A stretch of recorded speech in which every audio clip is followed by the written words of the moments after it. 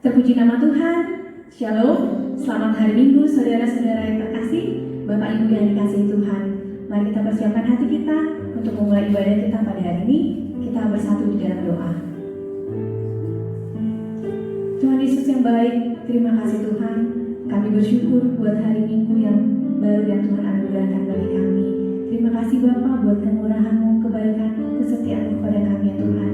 Saat ini Bapa, kami mau mempersiapkan diri kami, mempersiapkan hati kami untuk mengikuti ibadah ya Tuhan. Dan kami berdoa khusus buat saudara-saudara kami, jemaat-jemaat-Mu, Bethany Alpha dimanapun berada pada saat ini. Engkau juga memberkati, menjamah mereka Tuhan, biar mereka juga boleh menikmati hadirat-Mu dalam ibadah pada hari ini dimanapun mereka berada. Bapa yang baik, urapi setiap kami, hamba-hamba-Mu yang melayani pada saat ini Tuhan. Mampukan kami untuk bisa melayani dengan segenap hati kami. Terpuji nama-Mu Bapa, di dalam nama Tuhan Yesus Kristus, kami siap memulai ibadah ini. Haleluya, amin. Allah kita adalah Allah yang setia, Allah yang mulia. Begitu besar kasih setia Tuhan kepada kita. Dengan apa akan kita balas kebaikan Tuhan selain memuji dan menyembahnya? Mari kita naikkan pujian kita. Dengan apa akan Ku balas?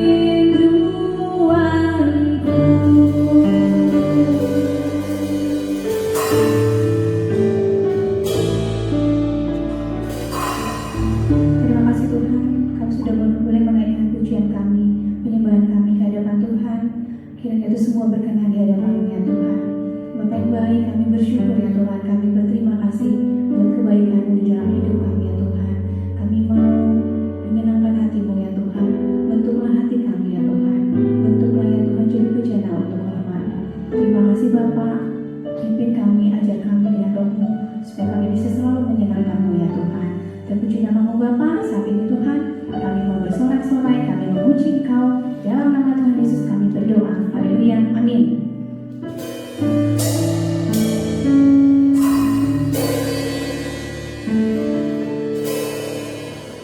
Saudaraku, kita percaya bahwa Tuhan sangat mengasihi kita, dan kita juga pasti sangat mengasihi Tuhan. Mari kita saling mengasihi satu dengan lain. Terpujilah nama Tuhan. Ku kasihi kau dengan kasih Tuhan.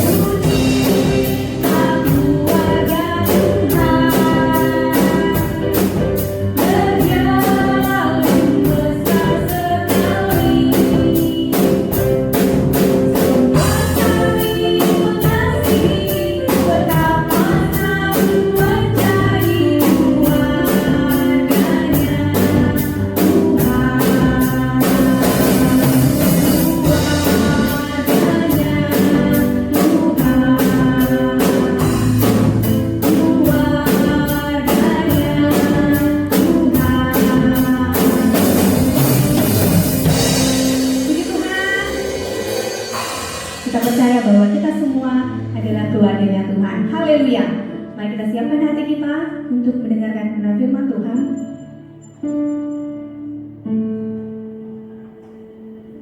Bapa yang baik, sentuhlah hati kami Tuhan. Ubahlah hidup kami ya Tuhan menjadi yang baru ya Tuhan. Hanya Engkau Allahku yang sanggup untuk mengubah hati kami ya Tuhan. Terima kasih Tuhan. Terpujilah nama-Mu Tuhan Yesus. Betapa aku mencintai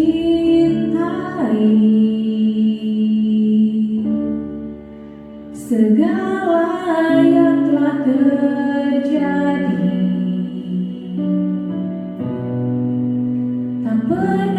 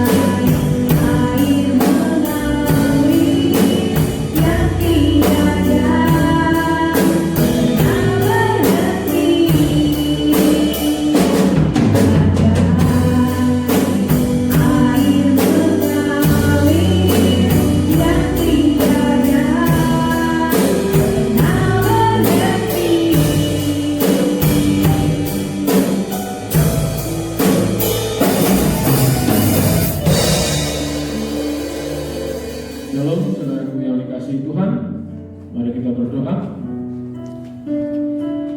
Tuhan Yesus, kami berdoa, bersyukur kami akan menikmati berkat-Mu, yaitu firman Tuhan, sumber kekuatan dan sumber kebenaran dalam hidup kami. Kami berdoa dengan pertolongan Roh Kudus, kami adalah tanah yang subur. Ketika dikaburi oleh benih firman Tuhan, firman itu tumbuh dalam hati kami, menjadi kebenaran dalam hidup kami, dan kemudian bisa kami lakukan ketika kami menghadapi persoalan dalam kehidupan kami sehari-hari, menghadapi hidup kami bisa melakukannya. Kami bersyukur dalam nama Tuhan Yesus Kristus kami berdoa. Haleluya, amin. Sekali lagi saya sapa, Shalom. Hari ini kita dengar firman Tuhan dan pastikan kita mau melakukannya. Pasti kita pernah dengar lagu pujian ini. Ada lagu pujian yang sudah lama saya dengar. Tuhan menetapkan langkah-langkah orang yang hidupnya berkenan kepadanya. Ya, sudah, sampai situ sudah. Kalimat dari lagu pujian ini, Tuhan menetapkan langkah-langkah orang yang hidupnya berkenan kepadanya. Nah, apakah Anda mengalami atau merasakan benar kalimat yang ada dalam lagu pujian ini? Apakah setiap hari ketika kita memutuskan sesuatu, kita mengambil tindakan, apakah itu karena ditetapkan Tuhan? Kalau tidak, kalau kita nggak merasa itu kemungkinan besar adalah karena kita terlalu fokus atau sangat ingin kehendak kita yang terjadi. Rancangan kita mau kita selalu terjadi, sehingga kita nggak tahu dan kita nggak sadar bahwa Tuhan menetapkan langkah-langkah kita.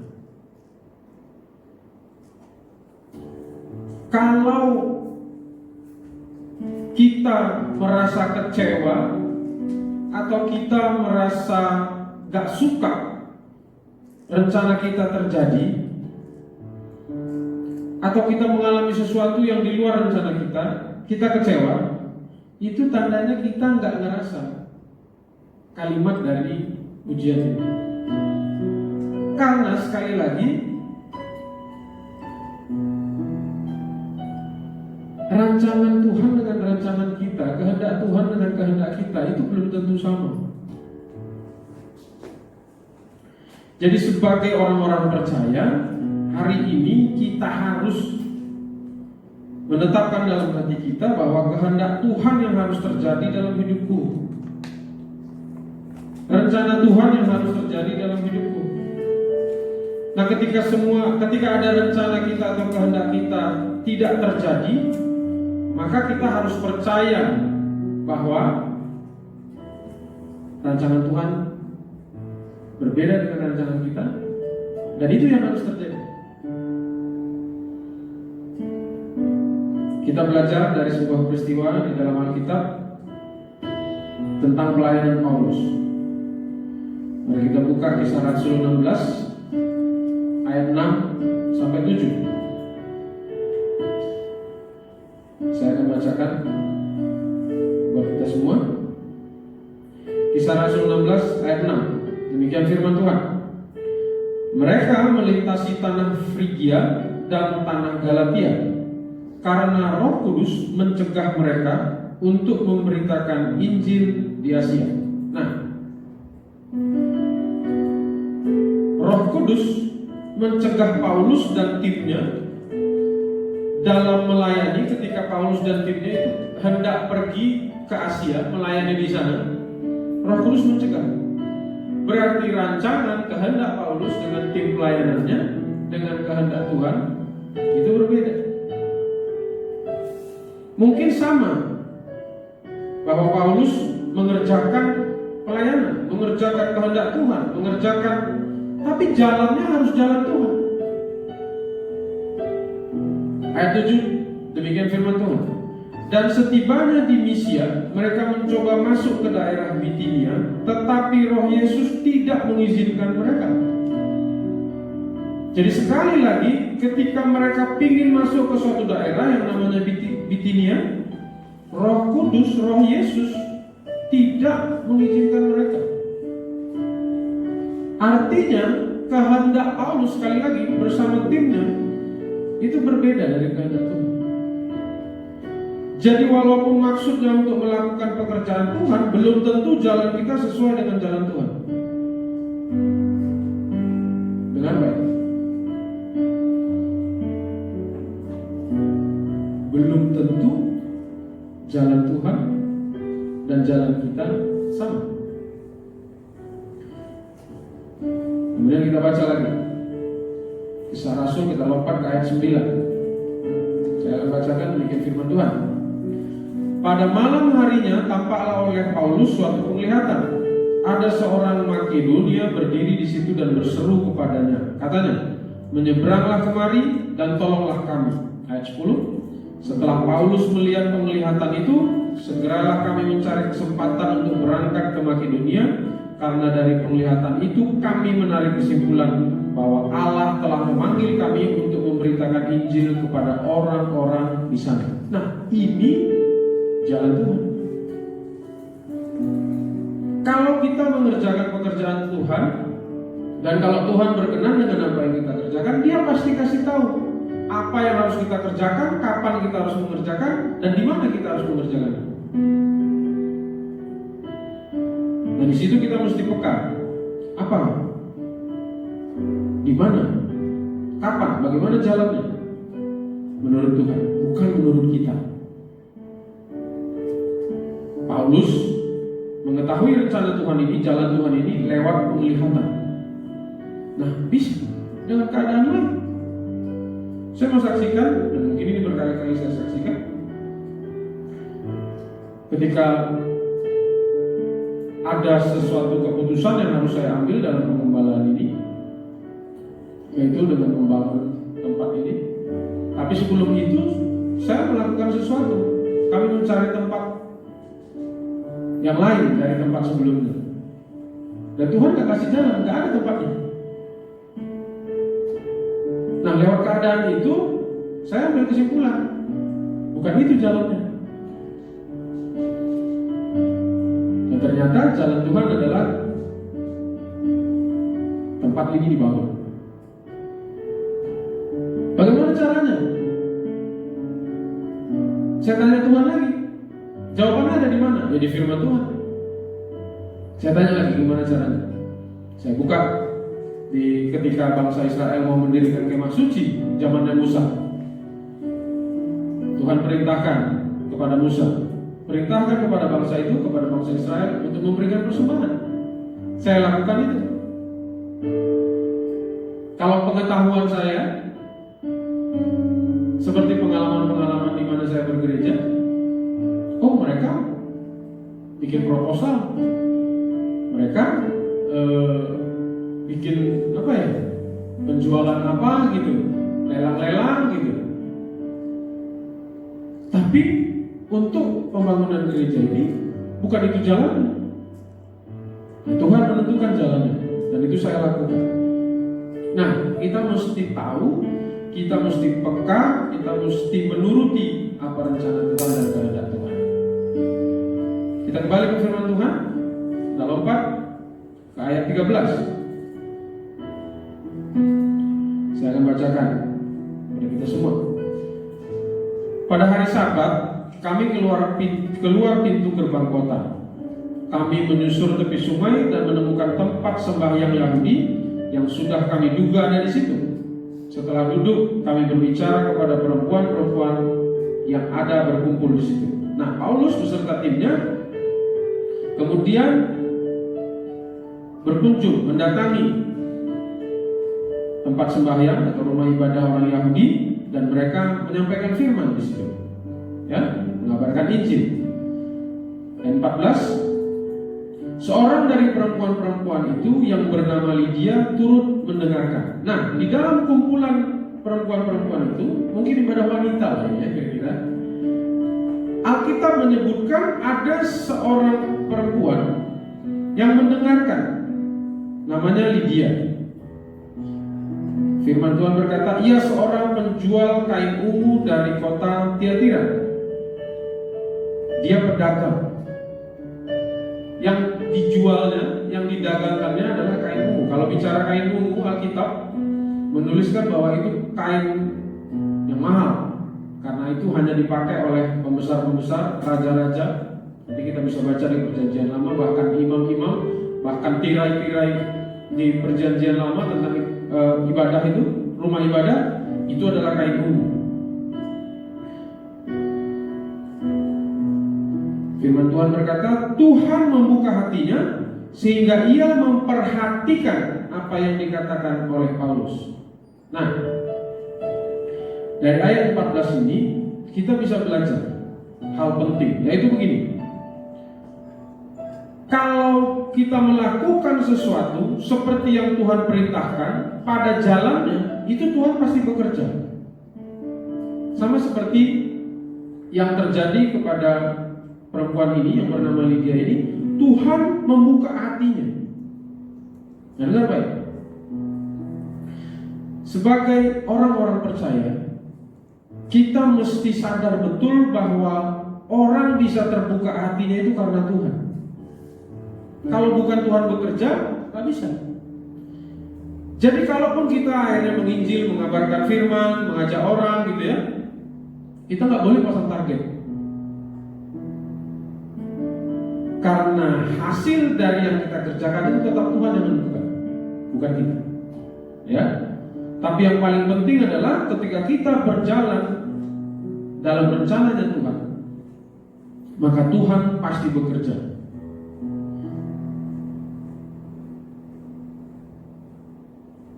Sehingga ia, kembali ke firman Tuhan lagi, sehingga ia memperhatikan apa yang dikatakan oleh Paulus.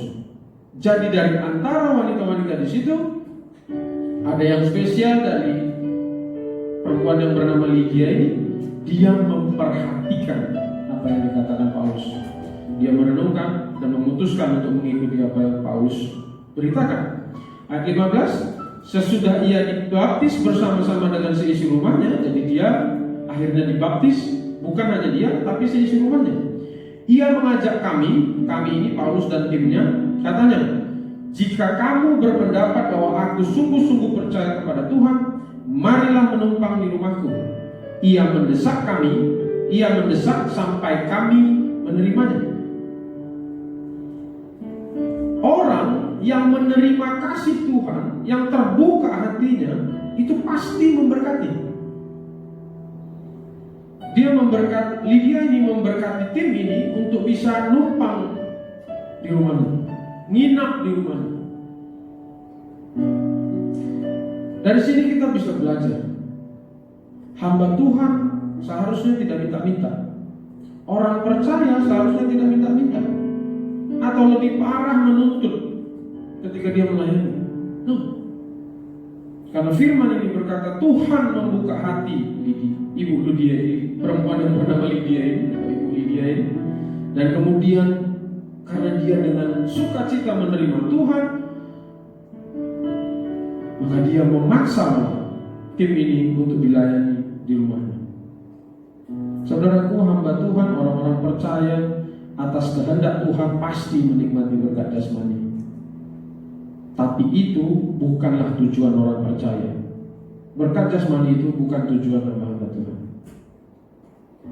Tujuan kita adalah melakukan kehendak Tuhan, rencana Tuhan dalam hidup kita.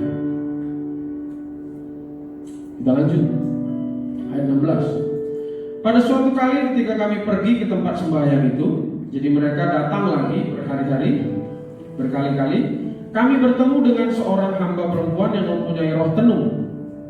Dengan tenungan-tenungannya, tuan-tuannya memperoleh penghasilan besar. Ayat 17, ia mengikuti Paulus dan kami dari belakang sambil berseru, katanya, Orang-orang ini adalah hamba Allah yang maha tinggi. Mereka memberitakan kepadamu jalan kepada keselamatan. Kita bisa belajar dari ayat 17 ini bahwa begini, ada roh tenung di dalam wanita ini, roh jahat. Roh jahat saja percaya kepada Allah. Dan roh jahat ini menyatakan yang benar kepada orang-orang tentang Paulus dan tim ini. Dia berkata, berseru malah, orang-orang ini adalah hamba Allah yang maha tinggi. Itu kebenaran. Dan mereka memberitakan kepadamu jalan keselamatan. Itu hal yang benar. Dia tahu maksud Paulus, dan dia tahu Paulus ini adalah hamba Allah. Hebat tidak? Hebat. Makanya kita nggak boleh hanya percaya kepada Allah, karena roh jahat juga percaya kepada Allah. Ayat 18 kita lanjutkan. Hal itu dilakukannya beberapa hari lamanya. Tetapi ketika Paulus tidak tahan lagi akan gangguan itu, ia berpaling dan berkata kepada roh itu, demi nama Yesus Kristus aku menyuruh engkau keluar dari perempuan ini. Seketika itu juga keluarlah roh itu. Bapak Ibu, roh jahat tetaplah roh jahat. Pasti tidak tertib dan mengganggu. Jadi kita jangan terkesima juga dengan orang yang menyatakan kebenaran lewat mulutnya. Ada kriteria selanjutnya, dia harus tertib dan tidak mengganggu. Maka dengan itu setelah dia melakukan itu berkali-kali, Paulus merasa terganggu dan dia menghardik, mengusir roh itu keluar dari perempuan itu. Dan akhirnya perempuan itu keluar. Ada satu kebenaran lagi yang kita mesti belajar dari ayat ini. Dari peristiwa ini kita bisa belajar di ayat 18 ini, ketika kita mau melakukan pekerjaan Tuhan itu, mengikuti jalannya, mengikuti rencananya, pasti ada persoalan. Di ayat ini Paulus diganggu oleh wanita yang dirasuk setan, dirasuk roh jahat ini. Tapi seperti yang saya sudah kabarkan, saya sudah sampaikan, bahwa persoalan itu adalah tanda awal penyertaan Tuhan dan tanda awal kuasa Tuhan dinyatakan. Akhirnya Paulus dengan kuasa Tuhan mengusir setan itu, mengusir roh jahat itu, mengusir roh tenung itu dari wanita itu. Jadi dari semua peristiwa ini ada beberapa kesimpulan yang bisa kita pelajari dan kita lakukan dalam hidup kita. Yang pertama, rencana kita, kehendak kita, rancangan kita belum tentu sesuai dengan rencana Tuhan. Kalau itu pun terjadi, tirulah Paulus. Dia tetap taat mengikuti rencana Tuhan, jalannya Tuhan. Yang berikutnya, ketika kita jalan dalam rencana Tuhan, pasti ada penyertaan di situ. Dan Tuhan pasti bekerja di dalam pelayanan, di dalam pekerjaan yang kita lakukan itu. Dia pasti membuktikan kuasa-Nya. Berikutnya, dalam jalan melayani atau dalam pekerjaan Tuhan ini, atau dalam pekerjaan kita, atau dalam keluarga kita, pasti ada persoalan. Seperti yang dialami Paulus menghadapi wanita yang dirasuk roh tenung ini. Tapi sekali lagi, persoalan itu akan membuktikan kuasa Tuhan. Paulus dengan kuasa Tuhan akhirnya bertindak dengan menghardik roh itu, mengusir roh itu, sehingga roh itu keluar dari wanita itu dan dia tidak mengganggu lagi. Taatlah kepada rencana Tuhan. Buktikan bahwa tiap langkah kita diatur oleh Tuhan. Dengan apa? Buktikan dengan Anda tidak kecewa kalaupun rencana Anda tidak terjadi. Imani, percaya bahwa langkah kita sedang diatur tidak sesuai dengan rencana kita. Dan nanti buktikanlah ketika berjalan dengan rencana Tuhan itu, pasti ada kuasa Tuhan di dalamnya. Persoalan pasti kita hadapi, walaupun kita berjalan bersama Tuhan.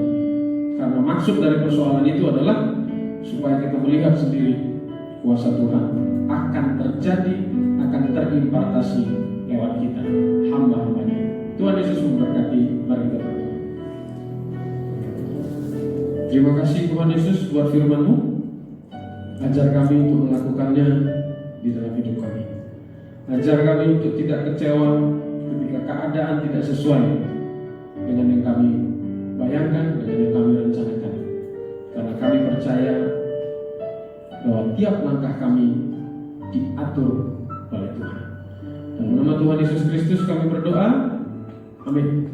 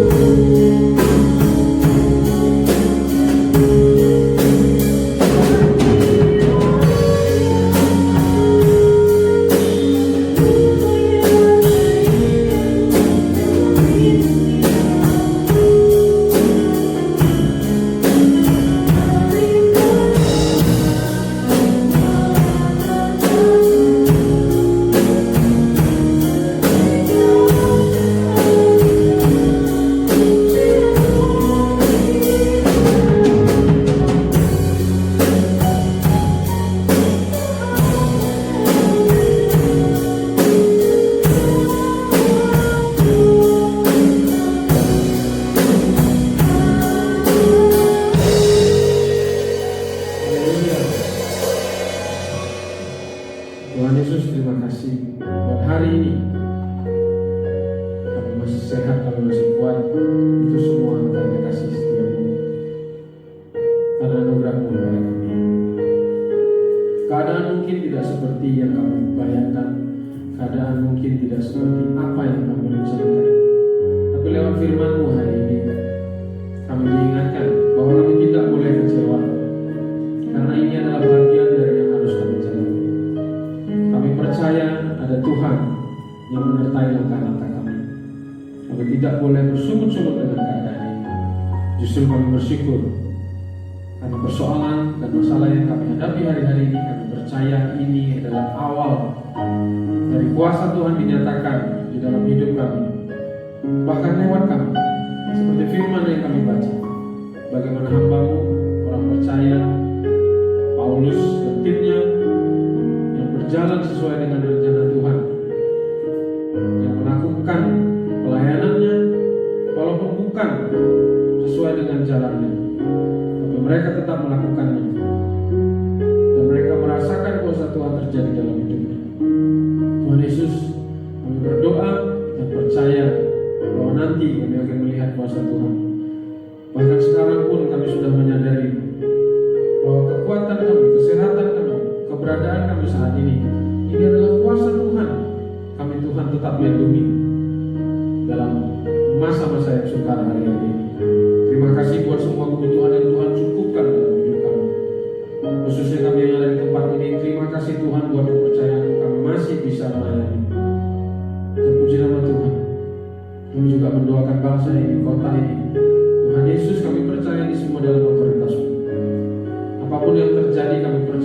Tuhan tidak meninggalkan bangsa ini dan kota ini. Kami berdoa Tuhan Yesus untuk kesejahteraan bangsa ini dan kota kami yang kami cintai. Tuhanlah yang bekerja menjaga keamanan. Tuhanlah yang berperkara kepada orang-orang jahat yang mau menghancurkan keadaan bangsa ini. Yang dengan tujuan mereka yang jahat, mereka mau mengambil kesempatan dalam keadaan yang sukar hari ini. Mereka yang bersungut-sungut, kami berdoa Tuhan agar Kau melembutkan hati mereka. Terima kasih Tuhan Yesus, kami juga mendoakan orang-orang yang sakit. Tuhanlah yang bekerja lewat dokter, perawat, peralatan-peralatan rumah sakit dan obat-obatan untuk mendatangkan kesembuhan bagi orang-orang yang sakit yang terjangkit virus ini. Terima kasih Tuhan Yesus, kami juga mendoakan agar hikmat-Mu turun kepada para ahli untuk bisa menemukan vaksin atau obat untuk virus ini. Kami percaya itu akan terjadi pada waktu Tuhan. Terima kasih Tuhan Yesus, kami serahkan hidup kami semua dalam tangan Tuhan. Saatnya kami akan menerima berkat-Mu, mari saudaraku yang terkasih, dalam nama Tuhan Yesus Kristus, arahkan hatimu, angkat kedua tanganmu, kita akan menerima berkat dari Tuhan. Engkau sudah mendengarkan firman Tuhan pada hari ini. Lakukanlah dengan setia dalam hidupmu, dalam keluargamu, dalam pekerjaanmu, dalam usahamu, dalam studimu, bahkan dalam setiap aspek kehidupanmu. Maka Tuhan akan menetapkan kau sebagai umat-Nya yang kudus. Tuhan akan melimpahi kau dengan kebaikan dalam buah kandunganmu. Tuhan akan memerintahkan berkat ke atasmu di dalam tubuhmu dan di dalam segala usahamu. Diberkatilah kau di kota dan diberkatilah kau di ladang. Diberkatilah hasil bumimu dan hasil ternakmu. Diberkatilah bangkulmu dan tempat adonanmu. Tuhan akan mengangkat engkau menjadi kepala dan bukan menjadi ekor. Engkau akan tetap naik dan bukan turun. Dalam nama Tuhan Yesus Kristus sumber berkat kita sama-sama katakan amin. Selamat hari Minggu, Tuhan Yesus memberkati.